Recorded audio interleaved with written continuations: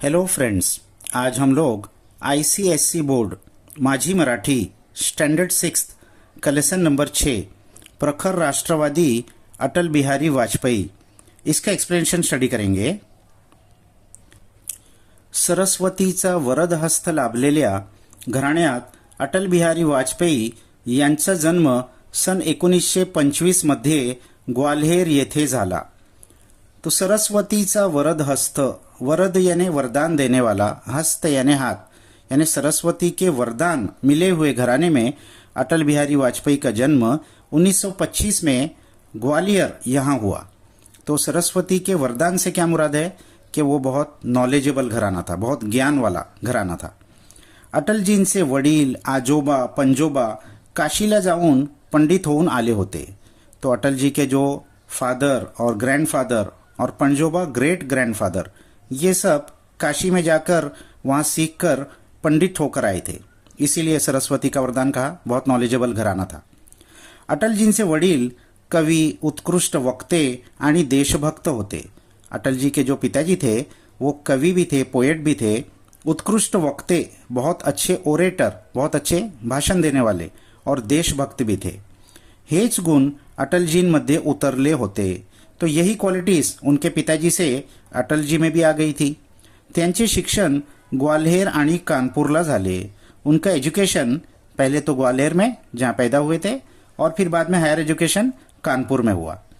ग्वाल्हेरमध्ये शिक्षण घेत असतानाच अटलजी राष्ट्रीय स्वराज्य संघाच्या शाखेत जाऊ लागले। जब वो ग्वालियर में एजुकेशन ले रहे थे उसी वक्त से अटल जी राष्ट्रीय स्वराज्य संघ ये ऑर्गेनाइजेशन के शाखा में जाने लगे, इसके मेंबर बन गए। काव्य गुणांची उपजत देणगी त्यांना लाभली होती। काव्य गुण यानी प्रोज राइटिंग या पोएट्री राइटिंग का, लिटरेचर का बहुत अच्छा गुण, बहुत अच्छा लिखते थे, बहुत अच्छी पोएट्री बोलते थे, इनको मिली थी। 10वीत असताना त्यांनी प्रथम आपली कविता म्हणून दाखवली। तो जब वो 10th स्टैंडर्ड में ही थे उस वक्त में ही उन्होंने अपनी पहली पोएट्री कहकर दी। काव्य गुणांचा विकास होत असताना ते उत्कृष्ट वक्ते बनले। तो इनके इस काव्य गुण, इस पोएट्री और प्रोस के, लिटरेचर के डेवलपमेंट होते वक्त ही वो बहुत ही अच्छे वक्ते भी बन गए। उनके पिताजी की तरह बहुत अच्छा भाषण भी देते थे। स्वातंत्र्य चळवळीत भाग घेऊन आपणही तुरुंगात जावे असे त्यांना वाटत होते। तो इंडिपेंडेंस मूवमेंट में भाग लेकर मैं भी जेल जाऊं ऐसा उनको लगता था। ये ब्रिटिश के ज़माने की बात है। स्वातंत्र्य प्राप्तीनंतर राष्ट्राच्या नवनिर्माणाला वाहून घेण्यासाठी अटलजी पुढे सरसावले। तो स्वातंत्र्य प्राप्तीनंतर यानी इंडिपेंडेंस मिल जाने के बाद राष्ट्र के निर्माण के लिए, वाहून घेण्यासाठी, उसमें इन्वॉल्व होने के लिए अटल जी आगे आए।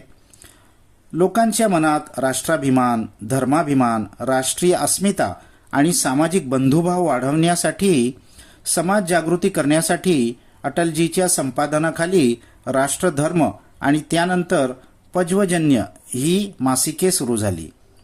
तो देश के लोगों के अंदर राष्ट्राभिमान यानी राष्ट्र के बारे में अभिमान, धर्माभिमान, धर्म के बारे में अभिमान, राष्ट्रीय अस्मिता यानी नेशनल डिग्निटी आणि सामाजिक बंधुभाव यानी कल्चरल ब्रदरहुड, आपस में सोशल ब्रदरहुड क्वालिटीज देश में बढ़े, समाज जागृत हो, तो इसके लिए अटल जी के संपादन में यानी अटल जी के एडिटरशिप में राष्ट्रधर्म और फिर पाज्यजन्य ये 2 मासिकें यानी मंथली मैगजीन्स शुरू हुई, जिसमें वो लिखते भी थे और एडिट भी करते थे। अटल जीचा प्रवास संपादक ते राजकारणी असा झाला। अटल जी का जो सफर था वो एडिटर से पॉलिटिक्स की तरफ ऐसा हुआ। पत्रकारितेतून ते राजकारणात आले, यानी रिपोर्टर थे और उस पोजीशन से वो राजकारण पॉलिटिक्स में आए। जनसंघ या पक्षाचे ते काम करू लागले। तो जनसंघ इस पार्टी के लिए वो काम करने लगे। स्वतःचा संसार न पाहता ते देशाचा संसार पाहू लागले। अपनी खुद की फैमिली को न देखते हुए वो देश की फैमिली को देखने लगे। अनेक वेळा ते लोकसभा आणि राज्यसभेत निवडून आले। बहुत बार वो लोकसभा में भी और राज्यसभा में भी निवडून आले, इलेक्ट हुए। आपल्या सुंदर वक्तृत्वाने त्यांनी संसदेवर व जनतेवर छाप पाडली। अपने बहुत अच्छे वक्तृत्व से, यानी भाषण बहुत अच्छा देते थे, उससे उन्होंने संसद में भी और जनता के ऊपर भी एक अपनी छाप छोड़ी. त्यांनी कधी आपली मर्यादा ओलांडली नाही. उन्होंने कभी अपनी मर्यादा क्रॉस नहीं करी, यानी अपने लिमिट में रहते थे. जनतेच्या जिव्हाळ्याच्या प्रश्नांना त्यांनी वाचा फोडली. यानी जनते का जो जिव्हाड़ा, यानी जनते की रोजमर्रा के जो क्वेश्चंस है, रोटी कपड़ा मकान, इसके लिए उन्होंने काम किया. ते जनसंघाचे आणि त्यानंतरच्या भारतीय जनता पक्षाचे अध्यक्ष झाले. तो वो जनसंघ के और उसके बाद में भारतीय जनता पक्ष के भी अध्यक्ष बने. परराष्ट्र मंत्री असताना त्यांनी राष्ट्रसंघात हिंदीला मानाचे स्थान मिळवून दिले.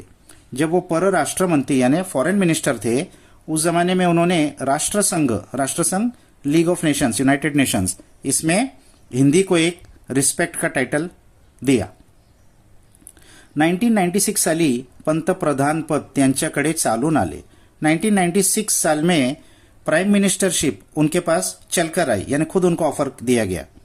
पंतप्रधान झाल्यावर देशाचा सर्वांगीण विकास करीत भूक, भय आणि भ्रष्टाचार या प्रश्नांची सोडवणूक करण्यासाठी त्यांनी कार्य करायला सुरुवात केली. अब प्राइम मिनिस्टर बनने के बाद उन्होंने देश का ऑल राउंड डेवलपमेंट करना शुरू किया. सबसे पहले उन्होंने भूख और भय यानी डर और भ्रष्टाचार, करप्शन, ऐसी सारे प्रॉब्लम्स को सॉल्व करना शुरू किया. देशातील अशिक्षित लोकांना साक्षर करने, देश के अंदर जो इलिटरेट लोग हैं उनको लिटरेट बनाना, एजुकेशन देना. अन्नधान्य उत्पादन वाढवणे, देश के जो क्रॉप्स है, फसल है, इसको बढ़ाना. गरिबांसाठी घरे बांधणे, गरीबों के लिए घर बांधना. देशाचे शत्रूपासून संरक्षण करणे, देश का दुश्मन से हिफाजत करना, प्रोटेक्शन करना, यासारख्या लोकोपयोगी कार्यांना त्यांनी हात घातला. ऐसे बहुत सारे लोगों के भलाई के काम उन्होंने हाथ में लिए. ते पक्के लोकशाहीवादी आणि राष्ट्रवादी होते. वो बहुत पक्के लोकशाहीवादी यानी डेमोक्रेटिक और राष्ट्रवादी नॅशनलिस्ट थे. सर्व जग हे एक कुटुंब आहे असे विचार ते नेहमी मांडित असत. सारी दुनिया एक फॅमिली है, ऐसा विचार वो पेश करते थे. निर्भय वृत्ती, आत्मविश्वास, आशावादी मनोवृत्ती हीच त्यांची खरे ओळख. तो उनके 3 क्वालिटीज पे लेसन को खत्म किया है कि निर्भय वृत्ति यानी निडर, फियरलेस, और आत्मविश्वास, कॉन्फिडेंस, और आशावादी मनोवृत्ति, आशावादी, होपफुलनेस यानी हमेशा पॉजिटिव सोचना, ऐसा उनका बिहेवियर था. और ये 3 चीज ही उनकी खरी, सही, सच्ची पहचान है.